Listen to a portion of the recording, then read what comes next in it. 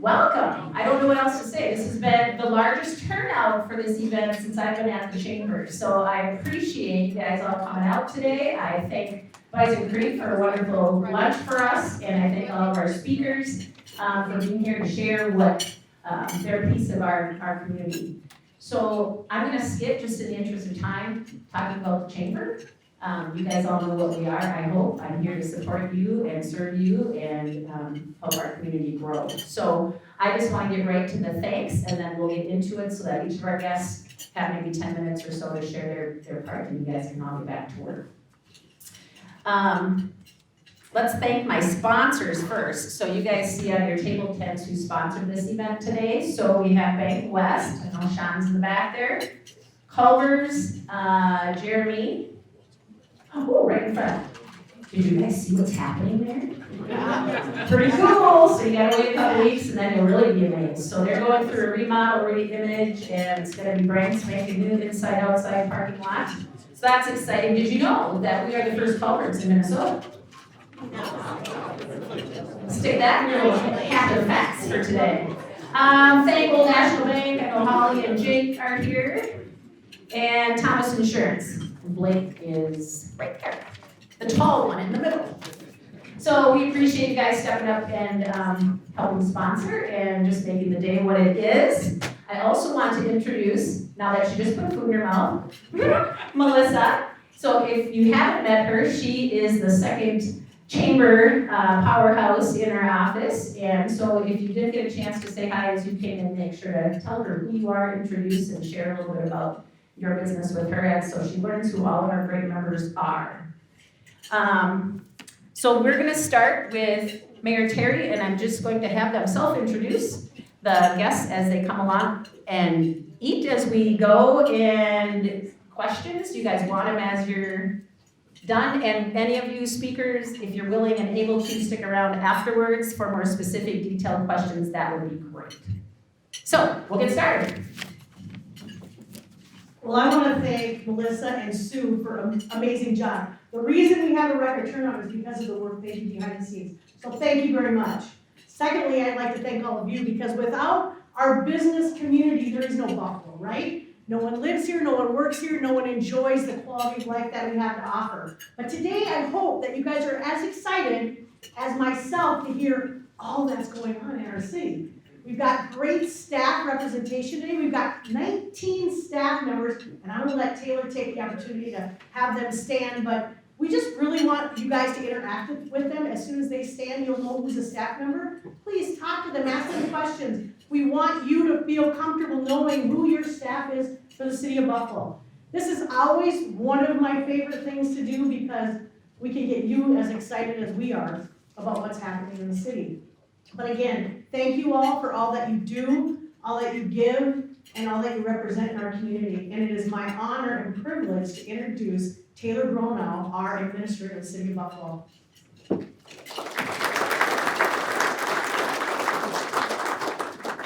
Thank you, everyone. This is my third State of the City address. I started as the Assistant City Administrator under Doreen Bodine.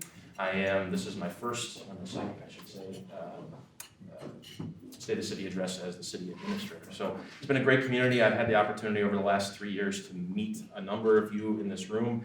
Thank you for your openness and your willingness to come in and say hi and talk to us about what's going on in the city. So I'm going to start. This is our 2024 Buffalo City Council. If you were paying attention, we've had two changes from last year. Paul Olson and George Fentauza are two appointees to the City Council. I don't know if it's me or what, but we've had two resignations in the last year, both for very appropriate, good reasons. We will miss Nick O'Rourke and Jamison Wakefield, but these two have been appointed to fill out the remainder of those this year. One will be a special election, and the other one is just finishing out the remainder of a 4-year term. So we will have 3 city council seats as well as a mayoral seat on the ballot in 2024. But we also have 2 student liaisons. I think this is the first time since we've been doing that we had enough interest to appoint 2 student liaisons. Both Melora Walls and Jillian Pack are sophomores. They suggested interest, got involved. Melora Walls, she started her involvement in the city of Buffalo with the backyard chicken ordinance. So that was, I give her a lot of credit for leading that effort. The city council took that under advisement, and we went through the whole process of adopting that ordinance last year. David Kelly may touch on that a little bit later. So, next slide. As Mayor mentioned, we have 19 city staff here today. That's about, I'd say, 3/4 of our leadership team for the city of Buffalo. These are all listed in order of ABC order. My 3-year-old helped me organize that. It was a good test. So I do want to recognize them. So if you are a City of Buffalo staff member or contracted staff member, I'm talking to you, Justin, please stand up and just be recognized. Again, as the mayor said,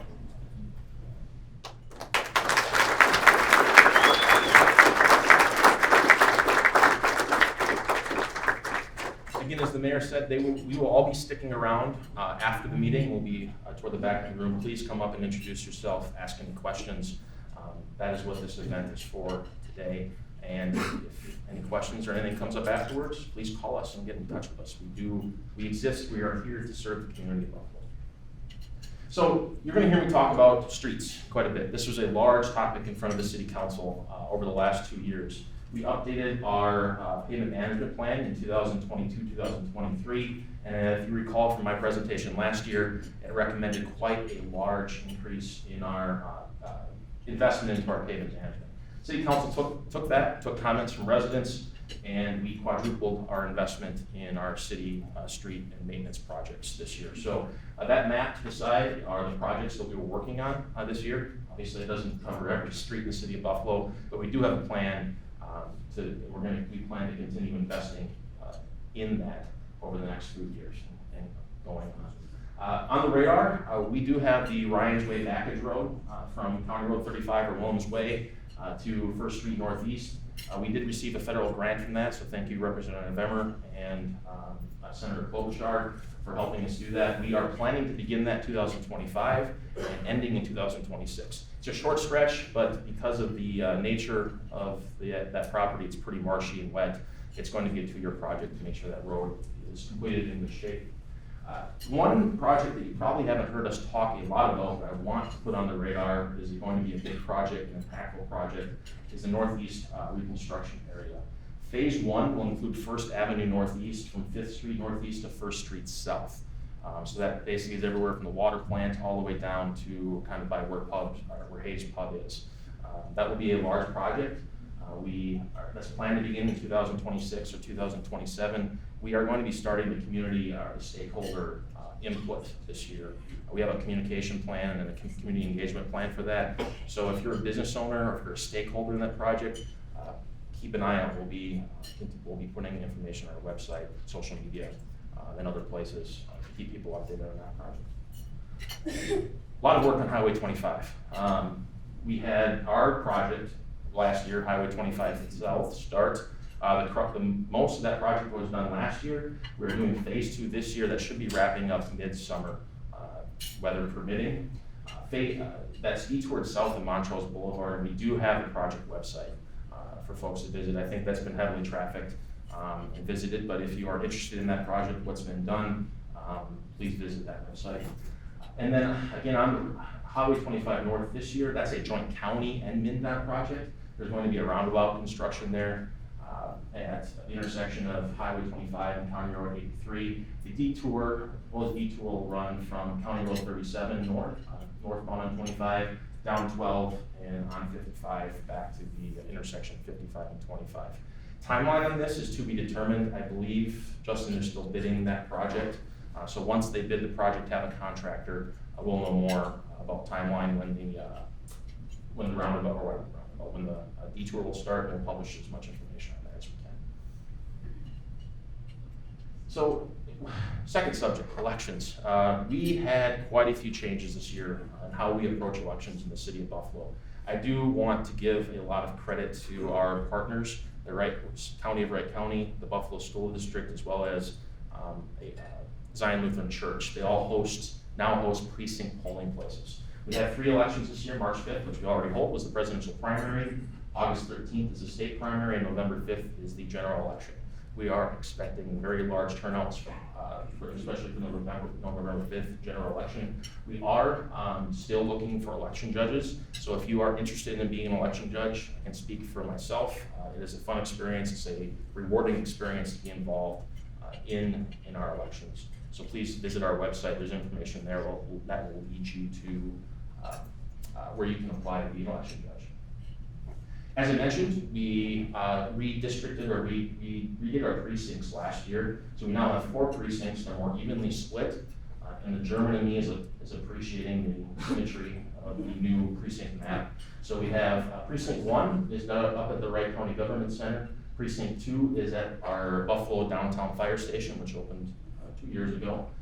Precinct 3 is still at Zion Lutheran Church, and then Precinct 4 is at Buffalo High School. So for those partners in the room that are helping us to make that happen, thank you. That's a major improvement. Each precinct now has fewer voters, so it should be shorter lines and a better overall voting experience. So thank you for everyone, for partners in the election judges that have made that happen. The last thing I believe that I want to talk about is a splash pad. This has been an ongoing effort. There's a community volunteer group that has been fundraising. That's really picked up steam in the last year. We ourselves, the city has received a $300,000 grant from the state of Minnesota to do this project. We were hoping to begin construction in 2024. That's looking a little bit tenuous right now because we are, as part of the state process, we're having to do some additional inspections or historical society type inspections and digging, and that's taking a little bit longer than what any of us anticipated. So this is still planned to proceed. It just may be another 1 more year delay. So this time, I will introduce our Utilities and IT Director. Jason's been with us for just about the same time I have. He's done a lot of work in the Utilities Department, and he's got a lot of some exciting fiber news to talk to you about today. So thank you for the time. I'll be here afterward and look forward to chatting. Thank you.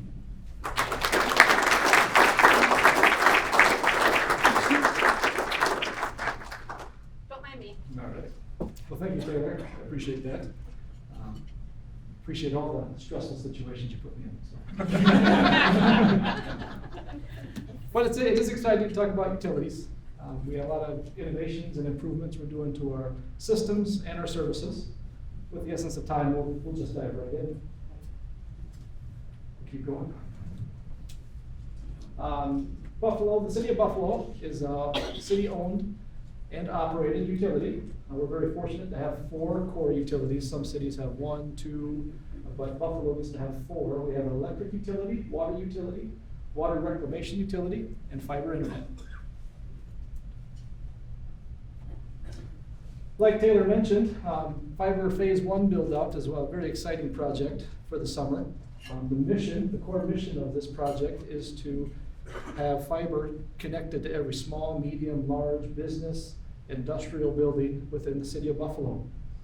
To do this, City Council has supported the project, and we have working on a contract being signed with the contractors. The contractors are going to bring 4 drills into town, 2 drop crews, so it's going to move pretty quick throughout the summer.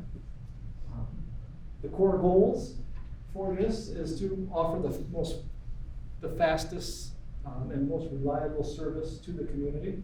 We're putting in the latest fiber technology, so the minimum speeds will be 100 megabits per second, all the way up to 10 gigabits per second. So we're not building this for today, we're building this for tomorrow. I mean, we're building it for 30 years tomorrow. It's a 75+ year asset, so very exciting what this will do for the community overall. Another core goal is the local customer service.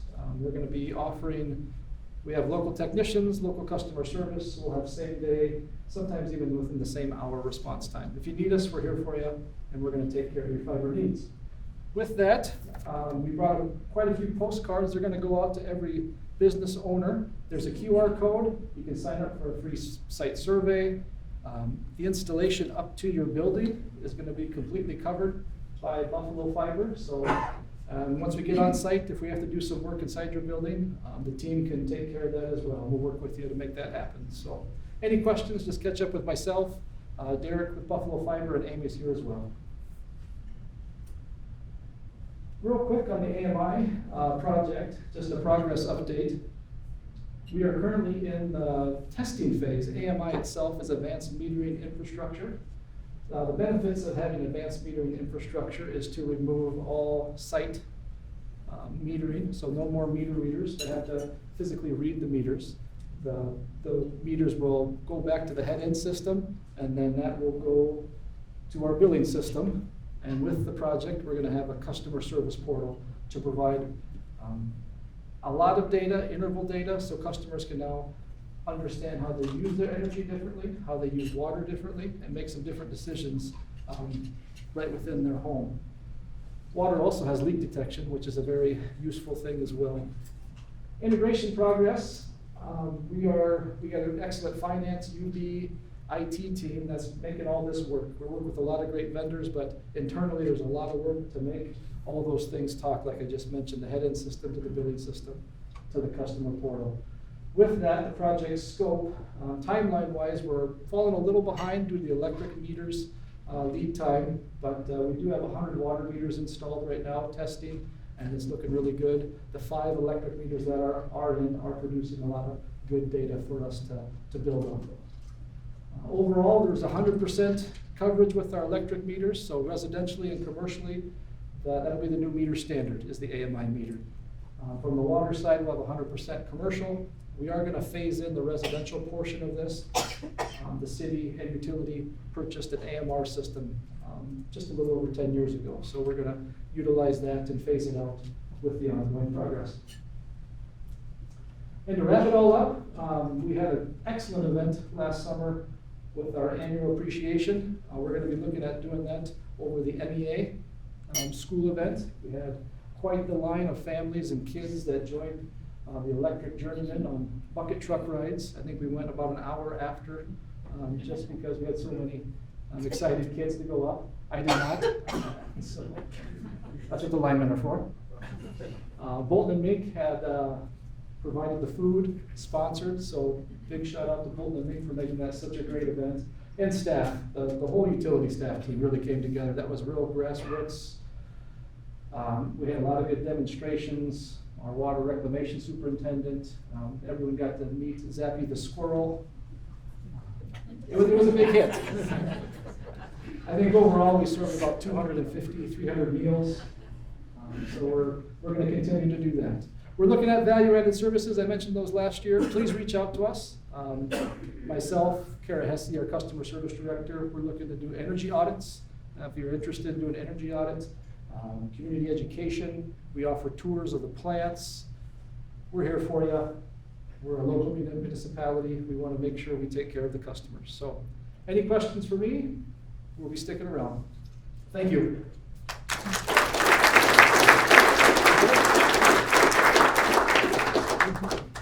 Thank you, Jason. So I am David Kelly, I'm the Planning and Economic Development Director for the city. I've also been here about 3 or so years, so we all kind of came in at the same time, which is very fun for teamwork. So just every year for this presentation, I like to give an update on some of the residential developments that have been happening in the city. A lot of you probably already know about them, but the ones that we have right now, Greenbrier Hill 7th, there's 61 single-family homes. This is on the northeast side of town, just south of the Buffalo Township Hall. Just north of that, and again, adjacent to the Buffalo Township Hall is Arbor Meadows, which has 52 single-family homes. A new development that just started this year is Settlers Brook.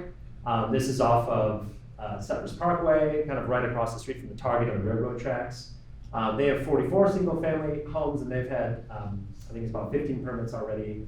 And then across the street from that is Creekside Manor, which is a 40-unit, 55 and up apartment building. So that whole area is very, very busy. And in terms of proposed developments, Settlers Brook 2nd was just recently approved by the Planning Commission and Council about a month ago. 21 single-family homes there, and then Buffalo Point, which is right on the lake, 15 single-family homes. We're just waiting for a final plat for that one. So of interest, I think with this under construction, 2 of the developers up there have already reached out to the city inquiring about the next project. So there's a lot of interest in the city, a lot of interest in single-family homes. And I think it's a surprise to maybe them and to us, the permits have been just flowing in. So talk about that a little bit more on the next slide. So in terms of permits, we've had, in terms of residential, we had 69 new single-family permits in 2023 compared to 37 in 2022. In 2021, I believe we had 81. So it was high, we had a little bit of a dip, but then we're back up to a high number of single-family, which I think is exciting for the city. We recognize there's always concerns about inflation and the economy as well, but there's still a lot of interest in moving to the city. And the permit valuation we had is 30.8 million, which is again a sign of the investment that people are placing in our city, which is always exciting for us. Commercially, we had 27 commercial building permits in 2023 versus 6 in 2022. Honestly, if you drive around town, you probably see a lot of the work that's being done from commercial. Culver's was mentioned earlier. That's a big one you can see. So we're excited to see that. A lot of our commercial developments has grown in size since I've started here at least, which is exciting. And then we had 1,080 total building permits in 2023 for 50.52 million in value versus 878 in 2022. So again, another growth, a sign of growth in the city. And then so far this year, we've had 207 building permits for about 2.27 million in value. So exciting time to be in the city. There's a lot of development, a lot of growth. We're very fortunate that a lot of other cities have not had this same luck, I think, with development and growth, but it's a sign of people wanting to be in the city of Buffalo, which is exciting for staff and residents. So just some general projects. The big one we have is enacting the tenets of the 2040 Buffalo Community Plan and the Downtown Visions Plan. Both those documents are online. The City Council had passed the 2040 Community Plan last year, and they're very exciting documents, but I'm a planner, so it seems exciting for me, maybe not for other people, but I certainly recommend residents look into it because it kind of shows a little bit of the vision of what the council and a city wants to see moving forward. We have done a downtown parking and mobility study to see what the parking situation is, and then also to see how we can make our downtown more pedestrian and bicycle friendly and just bring a lot more vitality to the city. So worked on that. We have a trails plan update. That's still kind of working through the process, but one of the tenets of the community plan was connecting our trail system. We've heard from residents that the trail system in Buffalo is great. We just would love to have them all connected. So a lot of this is finding those last links that we can make to connect the two. Backyard chicken ordinance was mentioned earlier.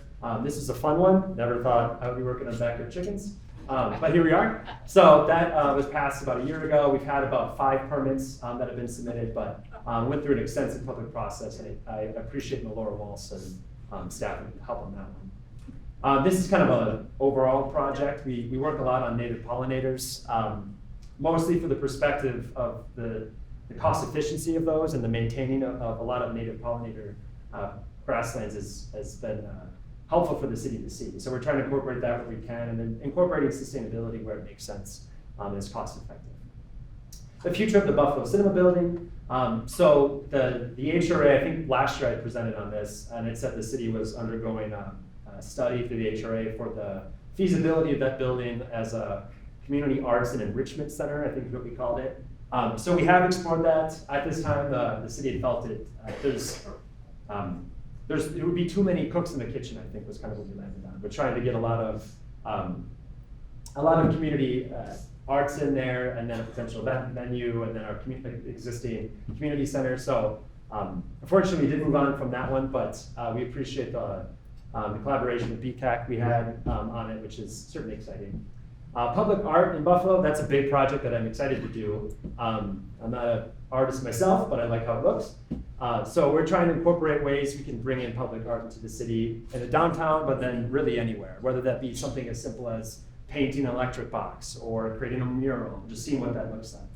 And then the last one, Buffalo, Hanover, Montrose Schools Workforce Planning Industry Council Task Force. So the city was asked to be on that about a year or so ago.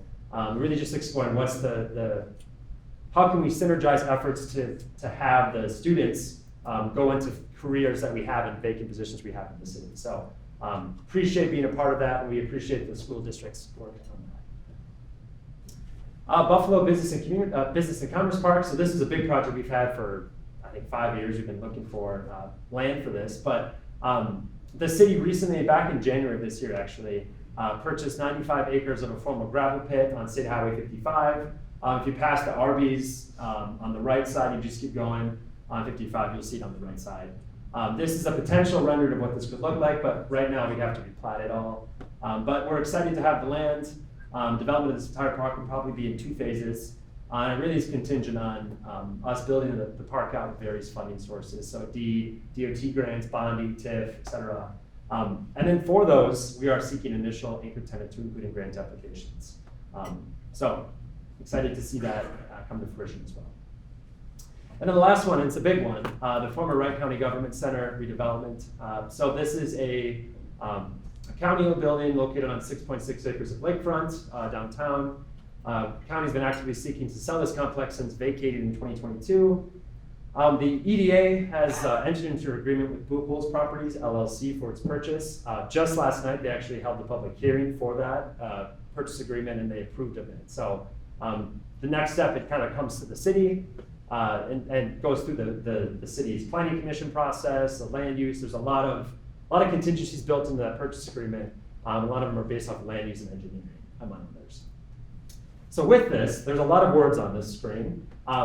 And for context, I wanted to put this on here just to emphasize the public process that this redevelopment will take. So this is likely next steps. There's going to be some variations in between the process, but the long and short of it is the developer will be coming to the Planning Commission in the future with an idea of this is the idea that we have for the site. What is the feedback going to be from the Planning Commission? Then when they have those comments in hand, a lot of times they'll just they'll see, well, what do I need to change to make this development approved? They're likely going to seek a rezoning of the parcel and or a conditional use permit through the Planning Commission and City Council to fit what they're hoping to build. This is a public hearing process, so this will be open to the public. You'll see it in the paper. If you also live within 350 feet of the development, you'll receive a notice from the city. If needed, the environmental assessment worksheet called an EAW will begin to determine if an environmental impact statement is required. We'll have to find out more once we get closer to the steps of this, if one is needed. That is a whole separate process that we work through. During the same time, the developer may seek financial assistance from the city, Housing and Redevelopment Authority, and the council through the city's development tools policy that we recently enacted. And then lastly, with the zoning permissions evaluated through Chapter 50, the site will also need to be replatted through Chapter 40. So, and through that comes a visit to the Parks Advisory Board for park credit. So again, a lot of words here. I just want to emphasize that this is a very public process, and you will see a lot of the future of the site through these public processes. So we encourage residents to sign up for the website's notifications to get notices when they come in, and then also attend any city council or planning commission or really any advisory board meeting when this is discussed to see this through. So that is what I have. And with that, we wanted to say how to contact the city. You can contact the mayor and council members via our website. Again, participate in public meetings, council advisory boards, social projects. We'd love to see you. And then reach out to city staff at city offices or city administrator, or talk to us after the meeting, and we can connect then. Thank you so much.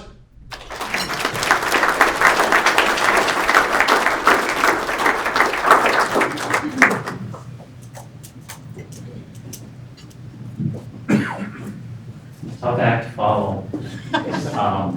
So I'm Pat Becky, I'm the police chief here. My technology, I was talking to Paul at the break and we wanted to lunch, and I said, yeah, here you go. So that worked, and I just want to say thank you. This isn't typically my favorite thing to do, but as I look out, I don't know why this intimidates me. I know many of you. You have allowed me and given me the privilege of serving here as a police officer since 2000, and I've been the police chief for almost 10 years, and you're great people. This is a great community. So I have a lot of gratitude. My fourth child is graduating from high school this year, and as I look back, all of that family time was possible because of the job that I had and have today. So thank you for that. Some things to share with you, and you know, I'm going to be here to answer questions afterwards as well. But I wanted to just give a little bit of an overview of what's going on, and then talk a little bit about something a little more personal when it comes to police officer and a police officer's life. So from the Palm, in 2023, we had 1,342 calls for service. So you can figure that out. You know, on average, we're getting a little over 1,000 calls for service per month. And the time of the day at the time of the year is also really, you know, there can be a lot of variables in there. Summers are busier. It tends to become busier once it gets nicer out. Sometimes busy is good, and sometimes you don't want busy. Sometimes the police officer working the dog shift, so you know, coming to work when it's dark at 7:30 p.m. and leaving at 6 a.m. They would really like for something to happen. And then when it happens, then maybe not so much, right? But we really do enjoy a lot of community support. We understand that people call us not because things are going great, but typically because things are not going so great. And you know, just recently, I was looking over reports, and I looked at the time when the call came in, somebody in a crisis. I looked at the time that the 3 officers left, and I thought, yeah, you're right, because it was closer to 2 hours than it was to 1. And they really did, guys, they really did spend the better part of 2 hours, 3 of them, trying to make the situation a little better. And so I'm very proud of the team that we have. Police officers as a whole, they're good people, good hearts, and they're okay if they don't get a call for help, but they're there if you need them. So out of those 1,342 calls for service, 3,860 of those are traffic stops. And so to think about that, that's about a third, or roughly 30% of what we do. What I'm proud to say also is that only 426 of those are tickets. And so that tells me police officers are stopping motorists, but they're really focusing not on being a hard nose, not on being, you know, the punisher, but more saying, hey, probably went a little fast, yeah, you rolled the stop sign, please don't do that again. So also thankful to be able to work in a place where I don't have to care much about statistics. Why? Because we take care of each other, we take care of ourselves. I don't have to try to argue hard for extra staff, right? We have great community support there. So the thing that I wanted to touch on that's maybe a little more kind of off the beaten path is if you think about, we have 18 licensed police officers in Minnesota. You may know me, you may know someone else at the PD, but you may have a hard time putting a face to a name. And it's one thing that is a bit of a struggle because police officers really would love to work and live in the same place.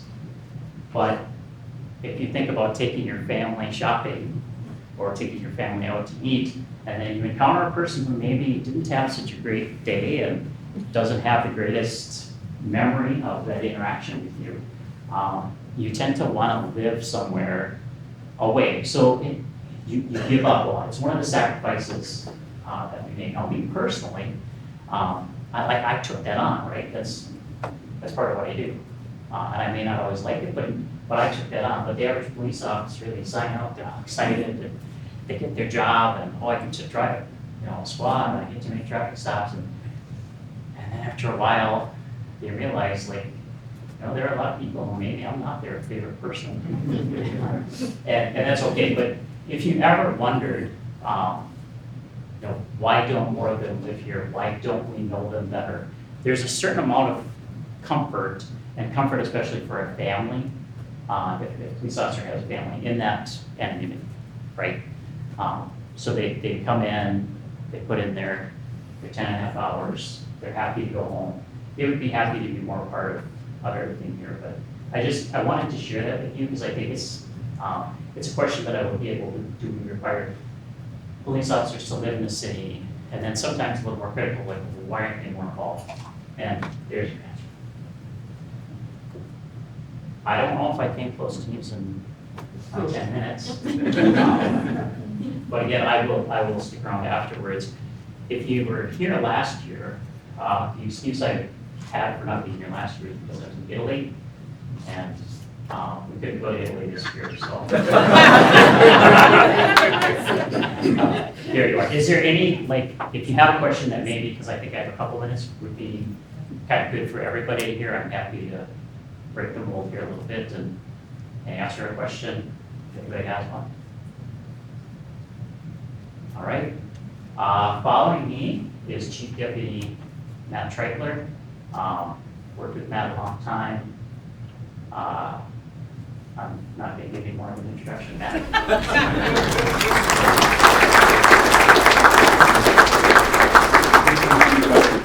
As he said, Matt Treichler, the Wright County Chief Deputy. I work directly under Sean. He's not able to be here today. He's in sunny Arizona, enjoying the weather there for some much needed R&R. I don't know how many of you follow us either on Facebook, social media, or on the Civic Plus through the county to kind of see what current events are happening, either with the county or with the sheriff's office. But if you do, you know that we've been involved in a couple of, we've had a tumultuous 2024 so far. 2 officer-involved shootings already this year. We had 2 in 2022. Before that, our last officer-involved shooting was in 2008. So from 2008 to 2022, we didn't, yes, we had critical incidences, but no officer-involved shootings. Now in the last 3 years, we've had 4. So that's kind of a disturbing sign of the times. And I'm not here to be a Debbie Downer. I apologize to anyone named Debbie in the room. But if you follow us on Facebook, you'd see that we had a couple postings about those officer-involved shootings. And you can't see the analytics on Facebook posts, so we can kind of see what our social media reach is with those. We had about 26,000 post engagements, and we reached about that many people in those posts. On the flip side, if you post a PSA, public service announcement, on a Nerf War assassin game that's occurring in Wright County, you will get about close to 40,000. So I also know how, if you want to create robust community engagement and a discussion on your page, come see me. I can give you some advice and some tips on how to enhance your social media reach. But one thing I wanted to talk about as far as what we're seeing within the community, to include Buffalo. We work pretty closely with Buffalo PD and Chief Bud and his crew. A lot of the more critical incidents that we're seeing and we're encountering involve 2 things: mental health and chemical substance abuse. So 3 out of 4 shootings had both mental health and substance abuse. One of them are mental health, but more on the lines of domestic violence and mental health. So 3 out of 4 contain those components. 1 contained substance abuse and just mental health. So 3 with those 2 and domestic violence, 1 with just mental health and substance abuse. So I want to touch on 2 programs that we're happy to have at the Sheriff's Office to help try to address, at least try to do something to combat those. The first one is sponsored by the Sheriff's Office, a co-responder program. These are not really new per se nationwide. They're not super widely known and utilized in Minnesota. So what that is we pair a licensed deputy with some specific training in crisis intervention techniques and a few other de-escalation and some mental health courses, and they ride with, or actually a human services social worker with some mental health training rides with that deputy, and they respond to any kind of call that could involve a mental health component. And obviously you would think, okay, a suicidal individual, obviously that would be something they'd respond to. But other things you might not think of is even like a disorderly person or a suspicious person, somebody hanging outside a store, you might be really a mental health call. So even if a deputy gets there and they realize, hey, we don't have a crime per se or a minor crime, but this is more mental health where somebody needs some additional services, that would be a call where either that person, that team could respond to, or even if they're not on duty, do some follow-up with that individual later. So just to touch on two specific cases, both with a Buffalo connection. We had a gas drive-off that occurred in the city of Maple Lake. A young man pumped gas for a vehicle which he didn't own, was a passenger in, and then left the scene without paying for their gas. $40-some. these things happen quite frequently. Long story short, the person, the male that pumped the gas lives in the city of Buffalo, but suffers from PTSD, depression, anxiety, and a number of other mental health concerns, and was somewhat vulnerable to being persuaded by other people in his friend group to do certain things for them. So through with our correspondent program, this person's also kind of distrusting the law enforcement, as Pat Budke mentioned. Sometimes people don't want to talk to us.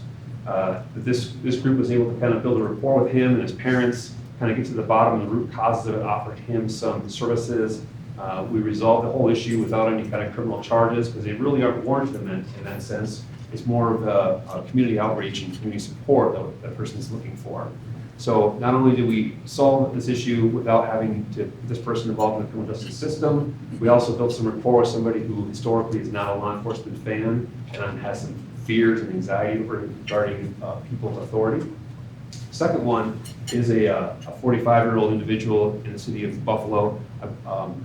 They've had some interactions with this person, going through some depression and some chemical substance issues, gambling addictions, and just needed some help. Didn't have a very good support network, so our correspondent unit was able to work with them. One, direct them to some proper services, professional services, and help them kind of list and develop a social support network in their family and friends, just to kind of give them some people to lean on, because obviously we can't be there all the time. Happy to help, happy to do what we can, but obviously we're a temporary solution. We need to help them develop a long-term solution. So that's our correspondent program. The second program, which is fantastic, my only problem with the program is I didn't think of this, is Wright County Frontline Outreach. We were approached about 2 years ago, by a couple of our staff members who were aware that we have an issue sometimes on the road. When you work with people on the street, where they have an immediate need for some kind of service. Maybe it's a gas card. Maybe it's they were the home life is in disarray. They need to get out, but they can't afford a hotel room. So in the past, I'm sure Chief Budke has examples. I have examples from my own career where you literally get out your wallet, you shell out $20, $50, help this person get some gas money or get some groceries, whatever they might need. But that need, cops can only do that so much. I'm sure you're shocked to hear that public servants aren't paid enough to support the general public on our patrolling. So they developed a nonprofit organization called Wright County Frontline Outreach, where they take donations. And I'm not here looking for donations today. I'm just telling you about the program. So I just want to get that caveat. Where they take donations and they have gift cards and agreements worked out with Wright County hotels and gas stations to get some deals so our dollars can go further, where we can offer them gift cards for hotel rooms, gas purchases, groceries. So when they're on the street and they encounter somebody who's in need and they need help right now, they have something to offer them. And that program is also open to Buffalo PD officers who have also utilized it. So far, we've spent about $15,000 each year for the last 2 years to help citizens of Wright County in their times of need. And their whole mantra is, we're not here to change lives, we're here to help change bad moments. So they've used it to, like I said, gas, groceries, gift cards for domestic violence victims trying to get back on their feet when they move out, when they get help from, let's say, Rivers of Hope. They've even used it to buy a family a used car, because they are probably broke down like absolute junk, and so mom and dad can't get to work. We've also used it and taken it with Wright County probation. So if somebody's on probation and they're trying to get their life back together and they have a job interview, they can't afford shoes or a suit, we'll help them get them outfitted with some clothing for a job interview. So those are some things that were developed, not by us. Great idea, wish I would have thought of it, I didn't. But our staff who had the idea and the initiative to put that forward and develop their own 501 nonprofit organization, that's amazing. Those are the people that Buffalo and our agency are able to attract because, one, we try to support our people, but we have community support. That's not the norm across the state. We are very blessed to have organizations like this within Buffalo or Wright County that show support for law enforcement, and you have our back, and we respect that. We're here to work with you and alongside of you. Just an rough example quick is I checked the post board today. There's 206 agencies statewide who are hiring. I couldn't even count the number of actual positions, it's in the hundreds. I just asked Pat, they're down one position. That's fantastic. We're an agency of 167 sworn positions, and we're only down, well, 4 on Friday, and all 4 of those are from retirements. And we're still getting applications. I'm not saying the hiring pool is fantastic. We're all fighting for good applicants, but as far as in the realm of law enforcement in the state and the country, we're doing really well. So we're doing something right, and the community is doing something right, that we have something to offer to candidates who are willing to come in and want to be part of our team. So with that, I'm gonna end it, but thank you for your continued support and for all that you do.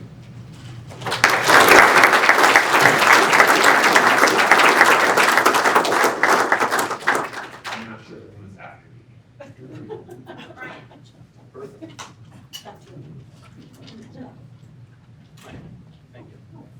Well, good afternoon, I'm Brian Kozlowski, I'm the Executive Director of the Wright Technical Center here in Buffalo.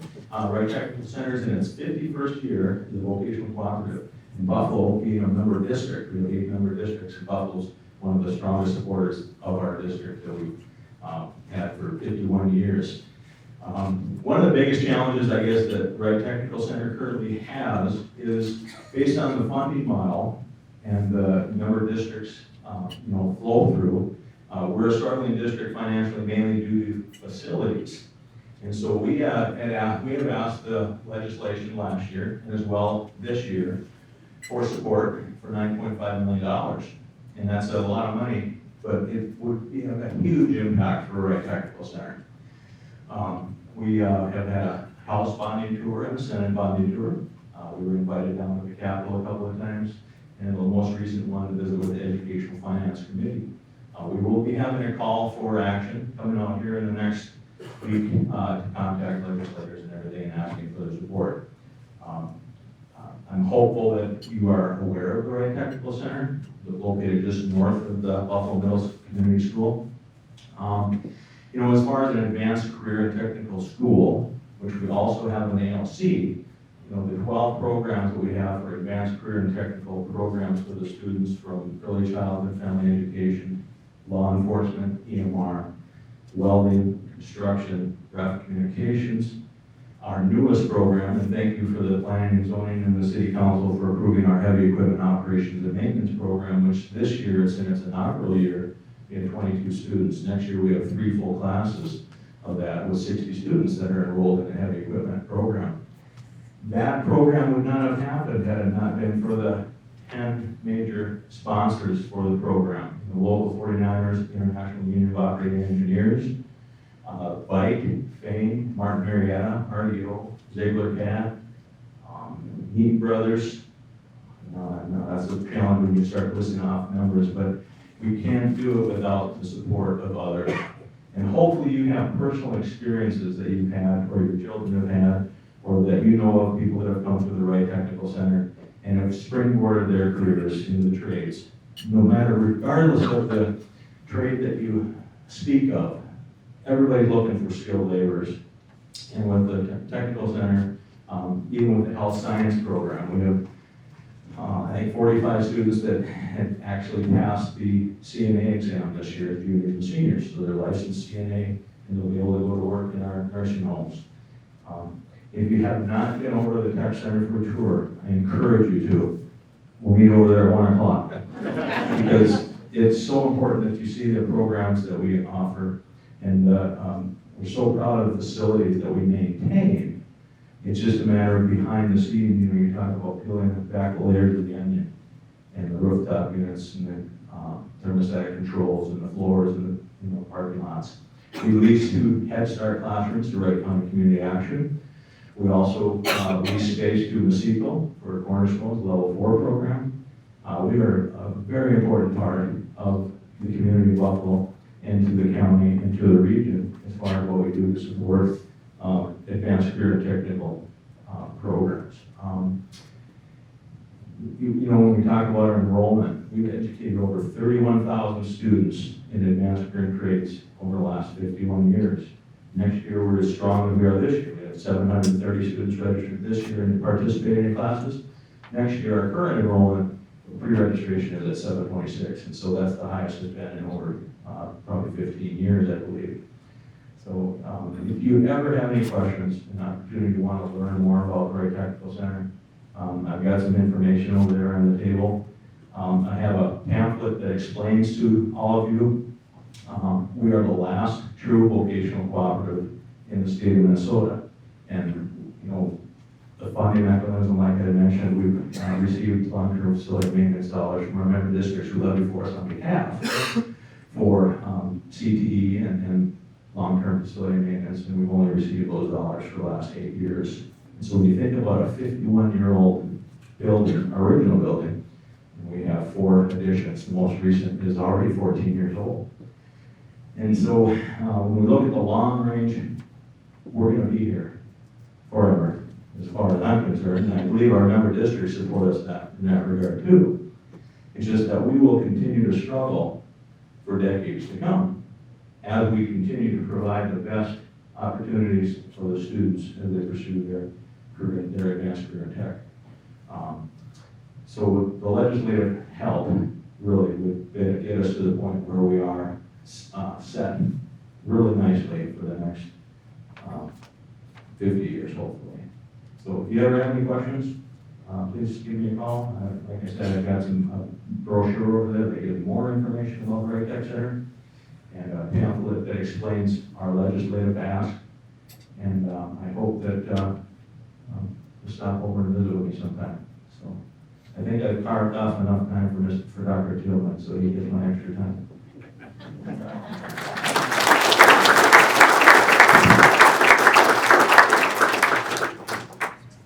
Sue, I'm not sure, am I the last person? You've got 20 minutes. Hey, how about that? Normally Sheriff Derringer is here and he gives me about 30 seconds. I get to introduce myself, and that's about it. Scott Tillman, superintendent with the Buffalo Hanover Montrose School District. This is my 14th year with BHM Schools, 22nd year as a superintendent, and 32nd year as a school administrator. I just want to say thank you to the Chamber and its members for this opportunity to be here to talk about BHM Schools. We really appreciate your support of our school district, whether it's activities. I know that our students ask of you to donate toward their activities, whether it's sports or theater arts or other endeavors, and we truly appreciate that. And in a couple of weeks, we'll all be together celebrating the academic success of our students with the academic luncheon.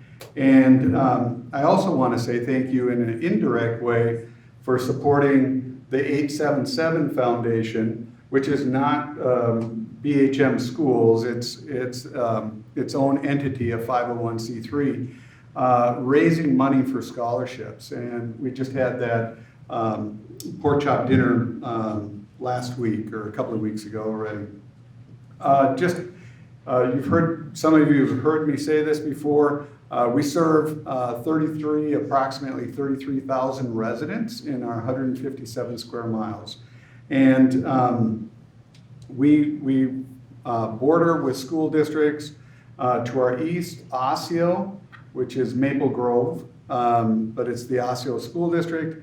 To the north, we border, and northeast is Elk River School District, 728, Rogers, and then St. Michael, Monticello, Maple Lake, Howard Lake, Waverly, Winstead, and then Delano. And I am missing one more, Rockford, on our southeast corner. We are serving about 5,200 students right now. We lost students during the pandemic, as many school districts have.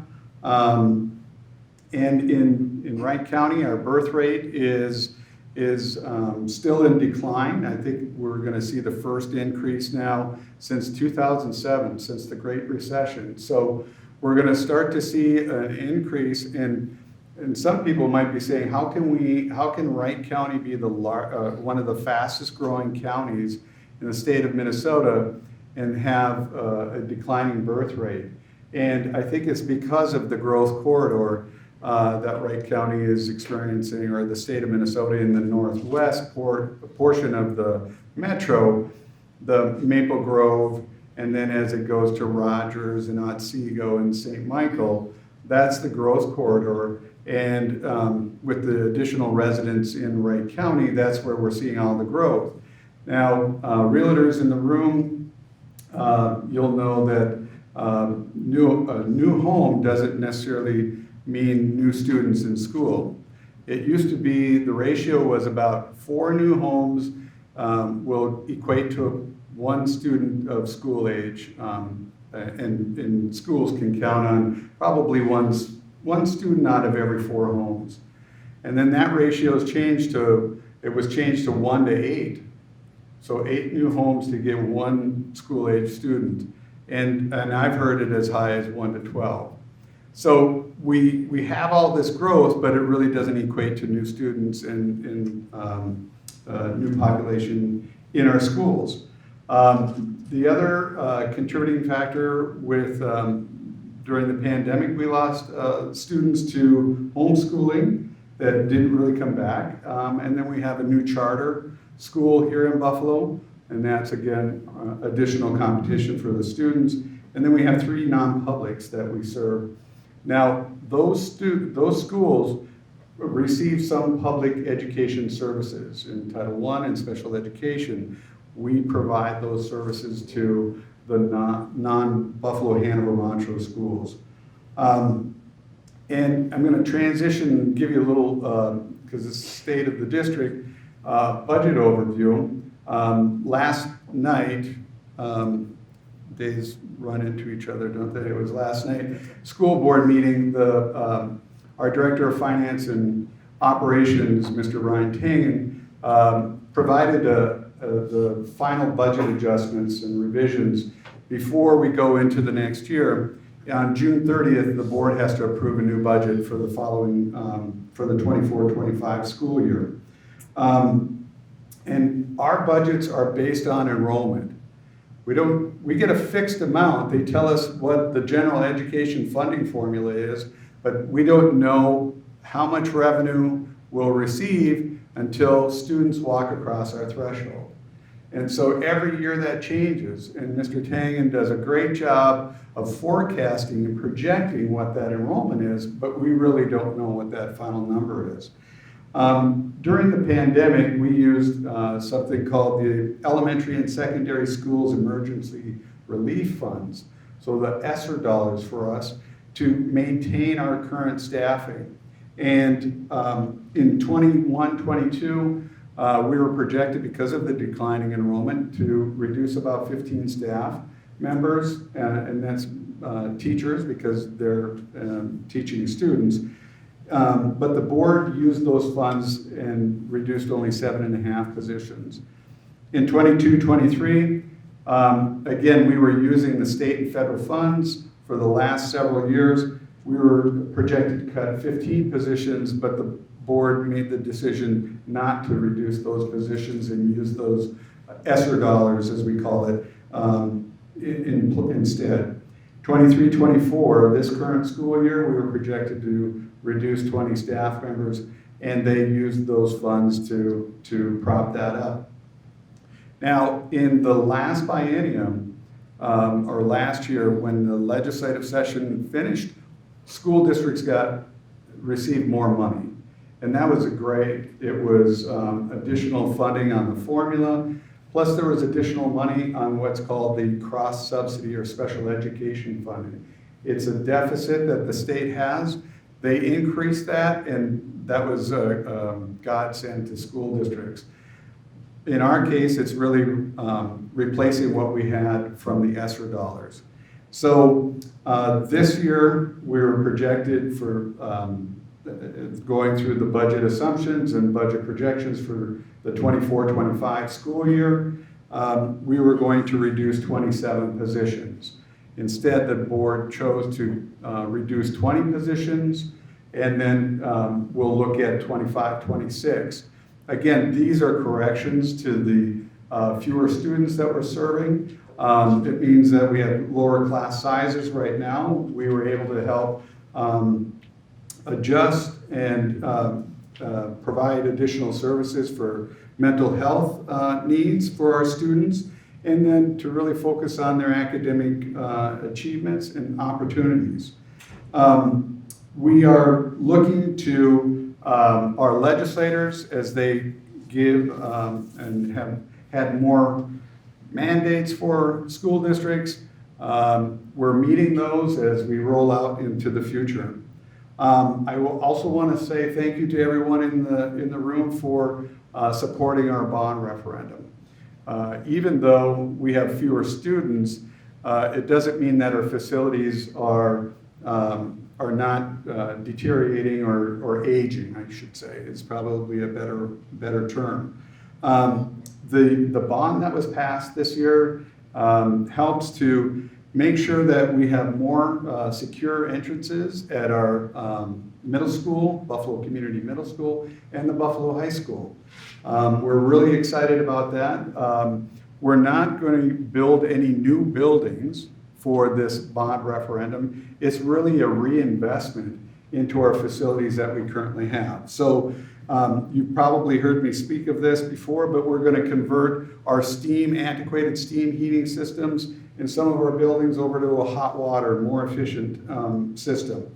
We're going to convert some of those rooftop units for air conditioning and dehumidification to chilled water plants, especially at the middle school and the high school. We have a lot of rooms in our buildings, especially the middle school, Tatanka, Montrose, and Hanover, that are called demountable walls. They were built in the 70s and 60s with this idea of being able to move walls around when you wanted to. They've never been moved around, and we just had inferior walls. And so you can hear the other classrooms, you can hear the students in the other in the classrooms. So we're going to be replacing all of those. Again, with security, we're looking at electrified retraction, meaning that we can secure the building and know which doors are open based on signals from each of those doors. And then we have a reinvestment in technology. And our last thing is, thanks to the City of Buffalo, we utilize Playground Lions Park, the playground system there for Discovery Elementary School and Parkside Elementary School.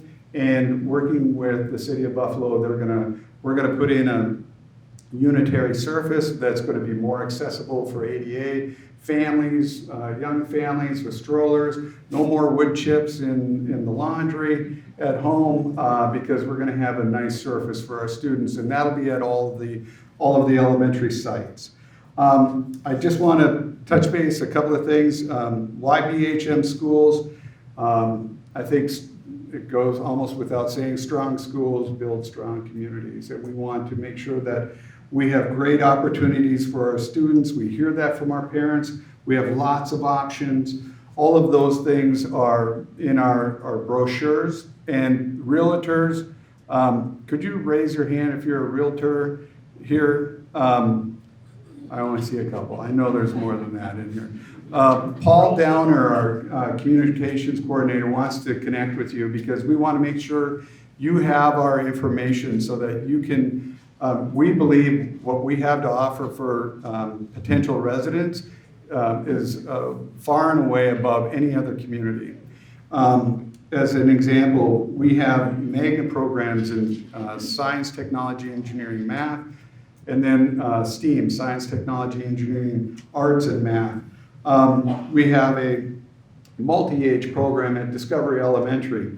We have a Quest program, which is a GT program, gifted and talented program, that others come to our district for because they can't find those services, those levels of services in their own home school district. And then we also have something called the Minnesota Transfer Curriculum. It is 40 college earning classes taught by Buffalo, Hanover, Montrose school teachers. The high school teachers are teaching the curriculum from the colleges, And it's not just a 4-year college, it's 2-year college, it's also a Hennepin Technical College, where we have 9 courses where they can earn those credits and then go on to a technical college.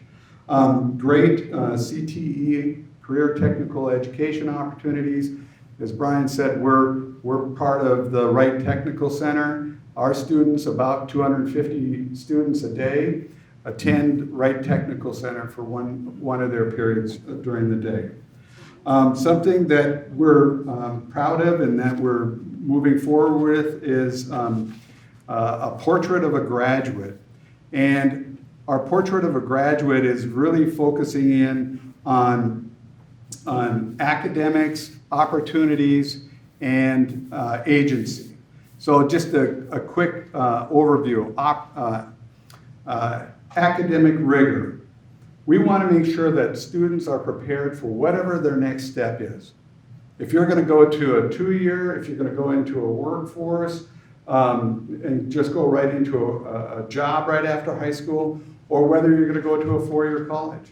We want to make sure that you are prepared for the next step in life.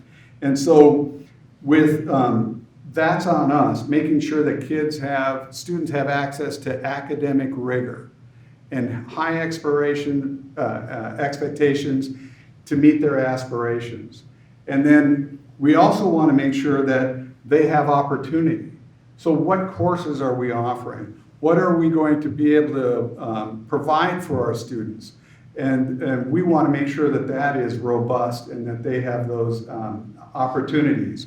And then agency, student agency. It's about knowing what they can, having the knowledge so that they can make the choices in the next step of their life. So we're really focused on that. This coming year, the board adopted the portrait of a graduate. You'll see posters up in the buildings when you attend the activities and events. And part of what we're proud of and why Buffalo Schools, we're proud of the opportunities that our students have. Your child may have been participating in advancing through competitions all the way to the state level. And this year, our band director, Mr. Scott Rebell, was named the Minnesota Music Educators Instrumental Music Secondary Band Director of the Year. So we know we have outstanding staff and teachers to meet the needs of your children.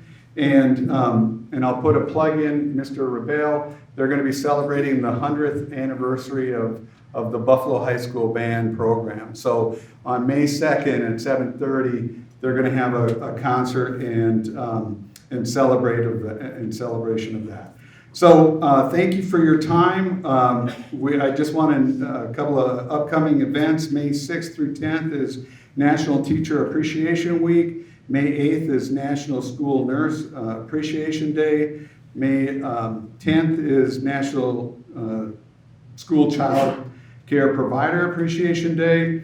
And then we have our diploma ceremony. So June 4th is our Pride Diploma Ceremony. The 7th is the Buffalo High School and Phoenix Learning Center graduation ceremony. And then June 11th is our Adult Basic Education graduation. So thank you again for this opportunity. I didn't use all of my time, darn near, but I appreciate the opportunity. Thank you.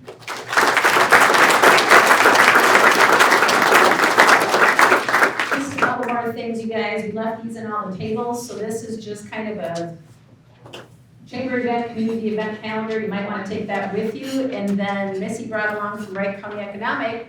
We will have a legislative update, so we'll get to hear from our state senators and reps on June 27th.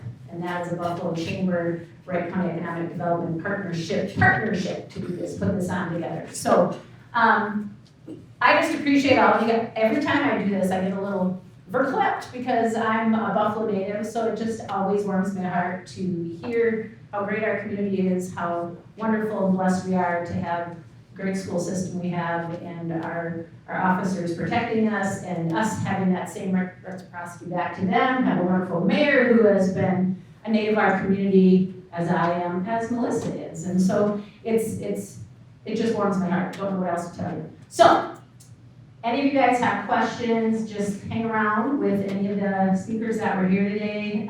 Continue to network with each other, that's what this event is about as well. You'll get to meet some new faces hopefully, because there are quite a few here today that haven't always been regular attenders. So, thank you, we got you out of here by 2 minutes to 1, so for those of you who need to rush back, do so, and again, appreciate you all. Have a good day.